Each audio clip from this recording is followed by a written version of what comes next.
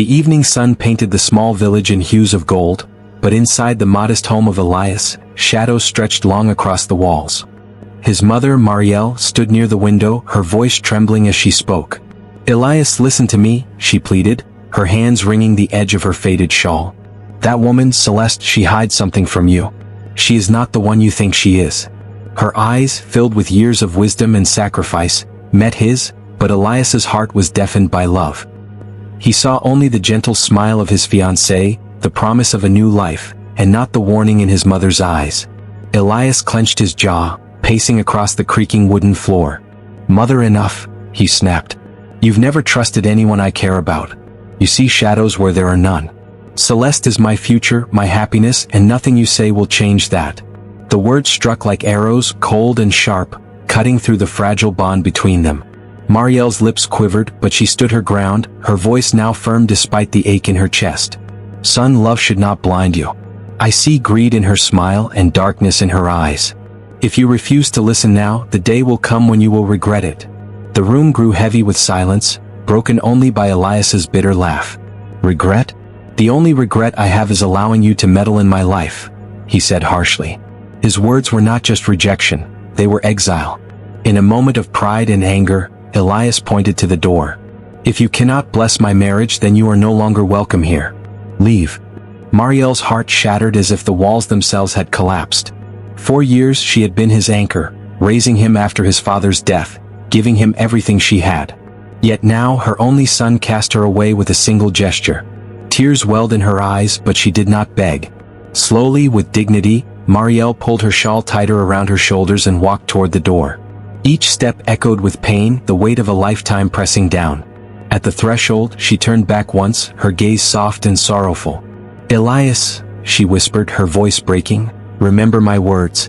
One day truth will show itself, whether you wish it or not." Then, without waiting for his reply, she stepped into the cool evening air, the door closing behind her like the final seal on a broken bond. Alone in the silence, Elias felt a fleeting sting in his chest, but pride smothered it quickly. He told himself he was right, that Celeste was worth more than a mother's old fears. Yet, as the night deepened and the wind howled outside, the emptiness of the house seemed louder than before. Somewhere inside him, a whisper of doubt tried to surface, but Elias buried it beneath the weight of love and stubbornness. He believed he had chosen happiness, but in truth, he had chosen blindness, and the price of that blindness would come years later, in ways he could never imagine. The day of the wedding arrived with laughter, music, and the scent of blooming lilies drifting through the air. Elias stood tall in his dark suit, his chest swelling with pride as Celeste walked toward him, radiant in her ivory gown. The guests whispered praises. "What a beautiful couple. He is lucky to have her," words that only tightened Celeste's smile and widened Elias's sense of triumph. Yet among the crowd there was one empty seat, stark and unmissable. His mother's absence was a silent wound, though he refused to let it ruin his joy. He had chosen love, and in that moment nothing else seemed to matter. As vows were exchanged, Celeste's hand lingered in his with a grip that felt both tender and commanding. Her eyes sparkled, but not with tears of devotion. If Elias had looked closer, he might have seen the calculation behind them, the way she measured every glance, every promise. But he was blinded by the dream of forever. When the priest declared them husband and wife, the crowd erupted in cheers, and Elias leaned in, sealing his choice with a kiss. To him, it was the beginning of everything he had ever wanted. In the weeks that followed, their home became filled with laughter, though much of it was Celeste's. She brought friends, lavish dinners, and a whirlwind of new habits that Elias struggled to keep up with. She insisted on finer clothes, better wine, and long nights out that left Elias weary but eager to please. At first, he brushed off his exhaustion, telling himself this was happiness, that he was living the life he deserved. Celeste often reminded him, "A man's worth is shown in what he can provide," and those words burrowed into his heart like seeds demanding soil. Slowly, Elias noticed changes he did not want to admit. His savings thinned, and his work seemed heavier as he took on more to meet her desires. But whenever he faltered, Celeste soothed him with a smile, a touch, or whispered promises of a future brighter than his mother could ever have imagined for him. It was enough to silence the faint echo of Marielle's warning that sometimes slipped through the cracks of his thoughts. To Elias, the cost was small compared to the love he believed he had found. Yet late at night, when Celeste thought him asleep, Elias sometimes caught fragments of her hushed conversations, Words about money, about opportunities, about not settling. His heart would quicken, unease creeping into his chest. But each morning her charm returned, brushing away his doubts like dust swept under a rug. He convinced himself his mother had been wrong, that her absence was proof of her bitterness. What he could not see was that his new beginning was already being shaped into something darker, something that would one day return to haunt him with the weight of all he had ignored. Months turned into years and life with Celeste took on a rhythm Elias could barely keep up with. At first, he wore his exhaustion like a badge of honor, telling himself this was the cost of building a future. But soon the cracks began to show. Bills piled higher than his pay could reach, and Celeste's desires grew sharper, heavier, almost insatiable. "Elias, we can't keep living so small," she would say, her voice silky but pressing. "Look at our neighbors. Don't you want me to have the life I deserve?" Each word dug deeper into Elias's pride, fueling him to work longer hours and sacrifice more of himself. Celeste's charm still captivated him, but her tenderness had grown rare. Her laughter now seemed to ring louder in the company of her friends than in their quiet home. Elias tried to believe she loved him as deeply as he loved her, yet he began to feel like a guest in his own life, providing endlessly but receiving little in return. Whenever he hesitated or questioned, she would remind him of his choices. "You're the one who wanted me. You're the one who promised me the world." And Elias, blinded by guilt and fear of losing her, always gave in. One evening, after a long day of labor, Elias returned home to find Celeste gone without explanation. The table sat bare, no dinner waiting, only a note scribbled carelessly, "Out with friends. Don't wait up." His heart ached, though he tried to ignore the cold emptiness of the house. In the silence, a memory surfaced of his mother's trembling voice, her warning echoing like a ghost, "She hides something from you. One day the truth will show itself." Elias shook his head violently, refusing to dwell on it. He had chosen his path and he would see it through no matter the cost. But the weight grew heavier as weeks passed. Strange faces began visiting, men Elias did not know, men who spoke to Celeste in tones that made him uneasy. When he asked, she brushed it off with a dismissive laugh. "Business, Elias. Things you wouldn't understand." His pride prevented him from pressing further, afraid of seeming insecure, afraid of confirming the shadow his mother had once cast over his bride. So he swallowed his doubts, convincing himself that trust meant silence, even as unease curled tighter around his heart. One night, while walking home under a starless sky, Elias spotted Celeste through the window of a tavern. She sat too close to another man, her hand resting on his arm, her laughter spilling like wine. For a moment, Elias froze, the ground beneath him trembling with betrayal. His mind screamed to burst through the door to demand answers, but his heart clenched with fear, fear that his mother had been right all along. He turned away, the image searing into his memory, and stumbled into the darkness. Though he tried to deny it, a seed of doubt had been planted, one that no charm of Celeste's could erase. The days after Elias saw Celeste in the tavern felt heavier than the years before. Though he tried to carry on as if nothing had happened, the silence between them grew like an invisible wall. Celeste, as if sensing his doubt, treated him with sharpness veiled in charm. "You look tired, Elias," she would say sweetly, her eyes glittering with amusement rather than concern. "Don't overthink things. You know I love you." But her words rang hollow, echoing in the hollow space inside him. Elias wanted to believe, yet every time he closed his eyes, he saw her hand resting on another man's arm. Work became his refuge, though even there his exhaustion betrayed him. He labored longer, forcing his body past its limits, hoping that money and gifts could keep Celeste close. But the more he gave, the less she seemed to notice. At night, he returned to a home filled with strangers, Celeste's friends who drank his wine and mocked his simplicity behind polite smiles. When he asked for quiet evenings, she laughed, "Elias, don't be so dull. Life is for living. You wouldn't want me to wither in boredom, would you?" Her words cut deeper than knives, leaving him silent, defeated, yet still clinging to love. One evening, Elias confronted her gently, his voice trembling as he asked, "Celeste, do you love me still?" She looked at him, her expression unreadable for a heartbeat before a smile curved her lips. "Of course I do. Why ask such foolish questions?"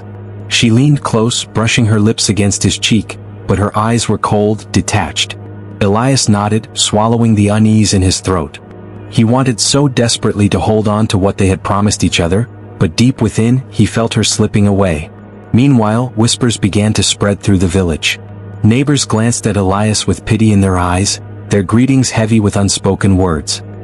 He noticed the pauses in conversations when he entered a room, the way voices softened as if protecting him from truths he was not ready to hear. Pride kept him from asking, pride and fear of finding out what he already suspected. Instead, he walked with his head high, convincing himself that love was stronger than rumors. Yet in the quiet hours, when the house was empty and his heart ached, he knew denial was his only shield. One night, when the wind rattled the shutters and the fire burned low, Elias lay awake beside Celeste, her back turned to him. In the stillness, the memory of his mother's voice rose again, haunting him. One day truth will show itself.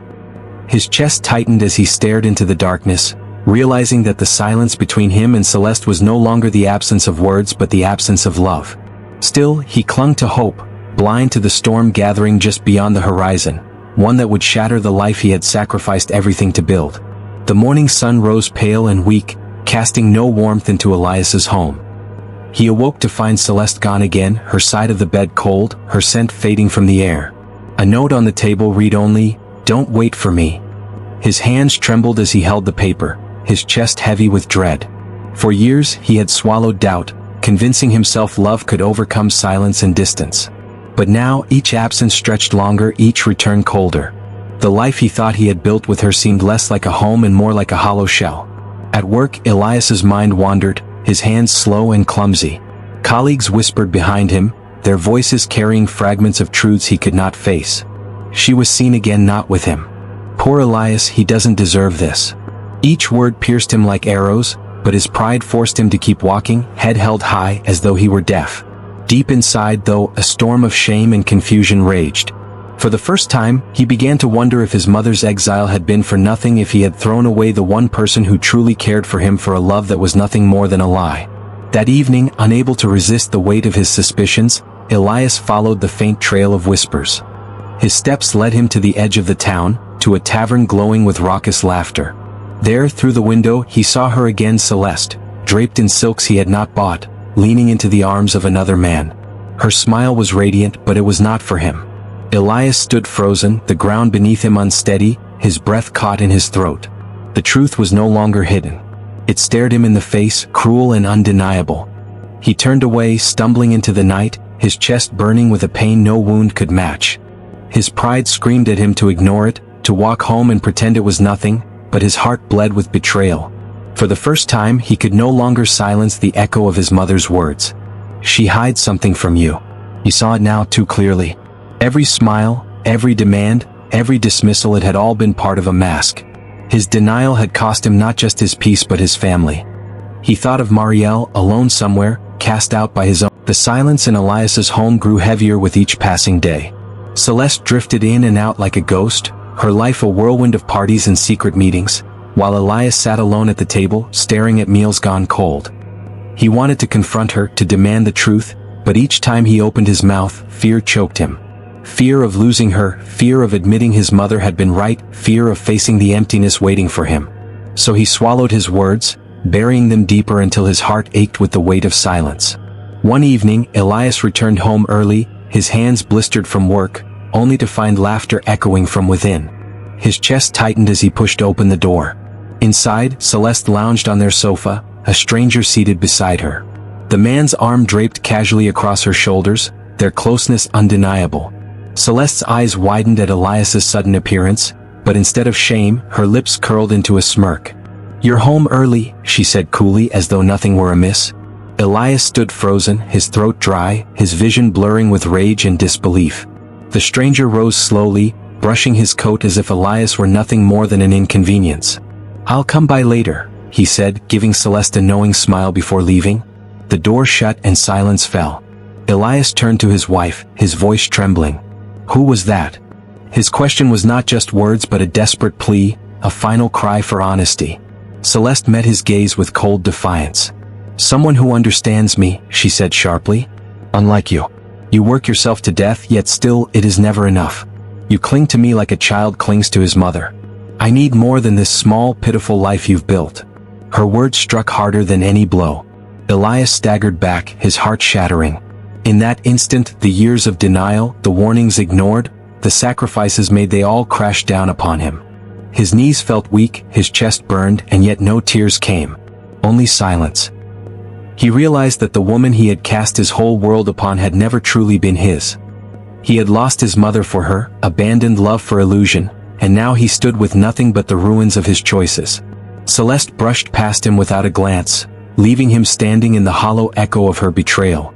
The house felt colder than ever, its walls closing in, suffocating him with memories of what once was. Alone in the darkness, Elias finally broke, his pride collapsing into anguish. He sank to his knees, his fists clenched, his voice whispering into the emptiness, "Mother, forgive me." Yet no answer came, only the wind's mournful cry outside. The breaking point had come, and Elias was left to face the truth he had long refused to see. The days that followed were colder than winter itself. Celeste no longer hid her disdain. She came and went as she pleased, her laughter echoing through the night as Elias sat alone, staring at the empty chair across from him. His heart, once burning with devotion, was now a heap of ashes, smoldering with regret. He tried to mend what was left, offering gifts, softer words, anything to remind her of the vows they once spoke. But Celeste met his efforts with scorn, her eyes glinting with impatience. "Stop clinging to me, Elias. You're suffocating," she hissed one night, leaving him shattered. The whispers in town grew louder, impossible to ignore. Men nudged one another as Elias passed, women lowered their voices in pity. His shame burned hotter than the sun. Everywhere he went, he felt the weight of judgment pressing down, reminding him of the mother he had cast out. Marielle had warned him, and he had chosen blindness. Now he walked alone in the wreckage, mocked by the truth he had refused to see. His pride no longer shielded him. It had become the very blade cutting him open. One evening, returning from work, Elias found the house stripped of its warmth. Celeste's belongings were gone, her clothes, her jewelry, even the ornaments he had worked so hard to buy. A note lay on the table, her handwriting cruel in its finality. "I found a life worthy of me. Don't follow. Don't call. Forget me." The words blurred as his eyes stung, but the meaning was clear. She had left him, not just in spirit but in flesh. His home, once filled with dreams, now stood barren, a hollow echo of a love that had never been real. Elias crumpled to the floor, the note clutched in his fist. Rage, sorrow, and despair battled within him until he could no longer breathe. He had given everything to his work, his soul, his mother's love, and in return, he was left with nothing. The image of Celeste's cold smile burned into his mind, but louder still was the voice of Marielle, her warning like a prophecy fulfilled. He whispered her name into the emptiness, his voice breaking. "Mother," the word was both plea and confession, but it was too late to take back the years wasted. In the days that followed, Elias moved like a shadow. His home was silent, his heart heavier than stone. Food lost its taste and sleep abandoned him. Friends tried to console him, but their words were empty, drowned out by his guilt. Every corner of his home, every path he walked reminded him not of Celeste, but of the mother he had cast aside. Love had blinded him, pride had chained him, and now regret was the only companion he had left. The ashes of love smoldered still, but Elias knew they could never burn again. The village no longer felt like home to Elias. Everywhere he turned, memories of Celeste haunted him: the tavern where he first saw her smile, the market where he emptied his pockets to please her, the home they had shared now echoing with silence. He could not bear the pity in the villagers' eyes, nor the whispers of his downfall. At night, he lay awake staring at the ceiling, the darkness pressing down on him like a weight. Yet beneath all the pain and betrayal, one thought consumed him more than all others: his mother. Marielle's face, once blurred by pride and denial, now returned with painful clarity. He remembered her voice trembling as she pleaded, her eyes heavy with love and fear. He remembered her warning, ignored and mocked. And worst of all, he remembered the moment he pointed her to the door, casting her out into the night without mercy. "Leave," he had said, and she had obeyed, dignity wrapped in sorrow. That memory tore deeper than Celeste's betrayal, for it was not just the loss of a mother, but the loss of his own humanity. One evening, unable to carry the burden any longer, Elias packed a small bag and set out on the road. He did not know where Marielle had gone, only that he had to find her, no matter how long it took. His steps were heavy, his body weary from years of labor and heartbreak, but his resolve carried him forward. Along the road, he asked travelers and villagers, describing her shawl, her gentle eyes, her quiet strength. Many shook their heads, but some remembered glimpses of a woman working in distant towns, a healer who helped strangers without asking for payment. Days stretched into weeks, weeks into months. Elias's hands, once roughened by labor for Celeste's desires, now bore the marks of a pilgrim's journey. He slept beneath trees, ate little, and walked until his legs shook. Yet with every step, his heart softened, shedding layers of pride and bitterness. At night, he spoke into the air as though she could hear him. "Mother, forgive me. I was blind. I chose pride over you. If only I can see you once more, I will never let go." His voice cracked, but hope kept him moving, fragile yet unbroken. At last, in a quiet village nestled between hills, Elias heard a name that made his heart race. An old woman at the market told him of a kind soul named Marielle who lived nearby, tending to the sick and poor. His chest tightened, tears threatening as he asked for directions. The woman pointed him toward a small cottage on the edge of the fields. Elias thanked her with trembling hands, his feet moving faster than his heart could bear. After years of blindness and loss, the road of regret had finally led him back to the one person he had betrayed most. But would she open her heart to him again? Elias's heart thundered as he approached the small cottage. Smoke rose gently from the chimney, and the faint scent of herbs drifted through the air. He stood at the wooden door, his hand hovering but unable to knock.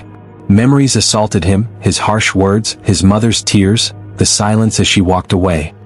He pressed his forehead against the wood, whispering a broken prayer. Finally, with trembling knuckles he knocked. The sound was soft, but to him, it thundered like judgment. The door creaked open and there she was. Marielle, older now, her hair streaked with silver, her face lined with years of quiet struggle. Yet her gentle, unwavering eyes were the same.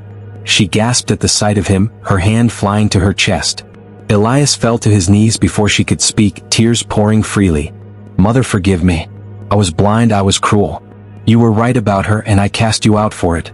I lost everything, but the worst loss was you. Please don't turn me away." His voice broke, his sobs raw and desperate. For a long moment, Marielle stood in silence, her eyes glistening. She had dreamed of this moment, prayed for it in the quiet of the night, yet never believed it would come. Slowly, she knelt before him, placing her frail hands on his tear-stained cheeks. "My son," she whispered, her voice trembling but filled with love. "You broke my heart, yes, but you never stopped being my child. I warned you not to hurt yourself, and I warned you not to hurt me. Still, here you are, and still I cannot hate you." Her tears fell to the earth, mingling with him. Elias clutched her hands tightly, as though afraid she might vanish again. "I don't deserve your love," he said, his voice choking. "But I will spend the rest of my life earning it back. Let me care for you now as you once cared for me. Let me make right what I destroyed." His shoulders shook with the weight of his vow, but his mother's smile, faint yet full of grace, steadied him. For the first time in years he felt the warmth of true love, unconditional and enduring. Marielle helped him rise, her arms wrapping around him in a long embrace. The bitterness of the past, the cold years of separation, melted away in that moment. The cottage, though small and humble, felt like a palace compared to the empty house he had left behind. Inside, the fire glowed warmly, and Elias felt something he had not felt in years: peace. The road of regret had brought him home, not to riches or romance, but to the heart he had cast aside. And as he sat with his mother, listening to her voice again, he knew redemption was possible, even after the deepest wounds. The days that followed were unlike anything Elias had imagined. Each morning, he woke in the small cottage to the sound of his mother humming softly as she prepared tea.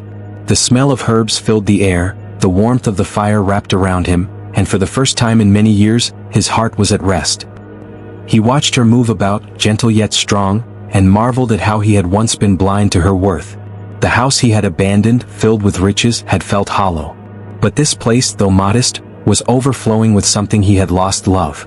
At first, Marielle's forgiveness felt like a dream too fragile to hold. Elias tried to prove himself in every small way: chopping wood, fetching water, repairing the broken roof. His hands, once soft with wealth, grew rough and blistered, yet he cherished the pain, for it was a symbol of his penance. Each night, he sat by the fire, listening to his mother's stories of resilience, of how she survived those bitter years without him. Her voice carried no resentment, only a quiet strength that humbled him further. And in those quiet evenings, he found healing in her presence. But guilt still lingered. One evening, as the fire crackled low, Elias looked at his mother and spoke from the deepest part of his soul. "I can never repay you," he said. "I stole years from us. Years I can never give back. I destroyed the trust between us." His voice wavered, thick with shame. Marielle reached across the table, her hand covering his. "My son," she said softly, "love does not keep accounts. I prayed for you every day even when you shut me out. And now you are here. That is enough." Her words washed over him like rain over dry earth, restoring what despair had withered. In time, Elias found himself becoming not just a son again, but a companion. Together they planted a small garden behind the cottage, and he found joy in watching seeds break through the soil, fragile yet determined just like their bond. Villagers who once whispered of his cruelty now saw him walking beside his mother, his head bowed in humility, his hands carrying baskets of fresh herbs she had taught him to grow. He had traded pride for peace, and it was a trade he would never regret. In her laughter, in her touch, in her very presence, he rediscovered life's truest treasure. Years later, when Elias stood by his mother's resting place, the ache of loss was heavy, but his heart no longer carried the chains of guilt. He had been given a second chance, and he had taken it with both hands. As the wind rustled through the trees, he whispered, "Thank you, Mother, for your patience, for your love, and for forgiving me when I was unforgivable." He turned back to the cottage that had become their home, its door still open as though waiting for him. The road behind him was filled with regret, but the future carried peace. Love, after all, had the final word.